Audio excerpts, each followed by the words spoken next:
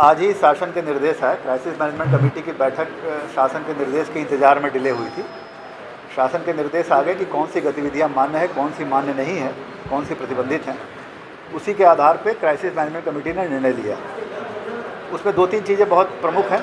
सबसे बड़ी बात यह है कि जिस ग्रामीण क्षेत्रों में जिस गाँव में 5 से ज़्यादा पेशेंट होंगे एक्टिव आज की तारीख में, वहाँ किसी तरह की कोई गतिविधियाँ अलाउ नहीं होगी, वहाँ कोई छूट नहीं दी जाएगी। जहाँ 5 से कम पेशेंट हैं वहाँ कुछ गतिविधियाँ अलाउ होंगी। शहर के बारे में ये निर्णय है कि कंटेनमेंट जोन में किसी भी तरह का कोई छूट नहीं दी जाएगी। शहर की समीक्षा प्रत्येक 7 दिन में होगी, क्योंकि केस हो सकता है आज 5% से कम हो, कल ज़्यादा हो जाए। वर्तमान में ये खुशी की बात है कि रतलाम 5% से कम वाले ज़िलों में आ गया है। 1 तारीख से यहाँ किराना दुकानें खुलेंगी स्टैंड अलोन का तात्पर्य है कि कोई मोहल्ले में अगर अलग से कोई दुकान हो, जैसे कोई बाजार हो किराना, वो नहीं खुलेगा। मार्ट नहीं खुलेंगे, मार्ट में होम डिलीवरी अलाउ होगी। किराना दुकानें स्टैंड अलोन अलाउ होगी, मोहल्ले की दुकानें खुलेंगी, फुल टाइम खुलेंगी। दूसरा, आटा चक्की खुलेगी। दवा दुकानें जो पहले 4 बजे तक थी वो अपने पूरे समय में खुलेंगी। चश्मे की दुकानें जो अगर मेडिसिन शॉप के साथ लगी हों वो अलाउ होंगी। बाकी चीज़ें डॉक्टर, नर्सिंग होम, वो सब चीज़ें थी वो तो हैं ही अभी, वो तो उसमें कोई रोक नहीं है। सब्जी के ठेले अलाउ होंगे, मंडियां नहीं खुलेगी, बट सब्जी के ठेले मूविंग अलाउ होंगे, वो एक स्थान पे नहीं होंगे। फल के साथ भी यही होगा कि मूविंग अलाउ होंगे।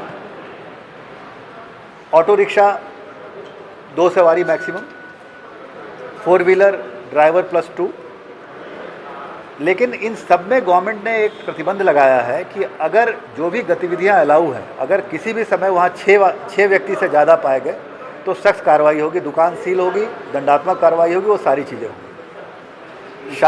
शादी ब्याह में दोनों पक्ष से 10-10 लोगों की अनुमति होगी, लेकिन उनको नाम के साथ पूर्व में अनुमति प्राप्त करनी होगी। जो भी अधिकारी हम नियत करेंगे उनके यहाँ उनको नाम आएंगे सर, उनके नाम देना पड़ेगा, सबके नाम। 20 आदमी, अगर कुल मिला के मैक्सिमम 20 लोग, 10 लड़की पक्ष से, 10 लड़के के पक्ष से, वर वधू 10-10।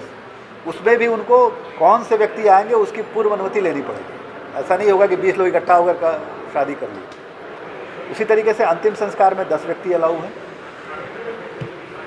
कुछ गतिविधियां उन्होंने क्राइसिस मैनेजमेंट कमेटी पे छोड़ी है, वो उसका निर्णय 7 जून के बाद, 1 से 7 जून के बीच में जो अभी छूट दी जा रही है उसका क्या प्रभाव पड़ता है, उसका आकलन करने के बाद 7 जून को पुनः निर्णय लिया जाएगा कि आगे कौन सी चीज़ें खोली जाए। ई पास को लेके क्या? ई पास 31 के बाद नहीं लागू रहेगा, क्योंकि ई पास जब बहुत सारी गतिविधियां खुल जाएंगी तो फिर ई पास का औचित्य 31 तक था और बहुत सफल रहा, तो उसके बाद नहीं लागू होगा।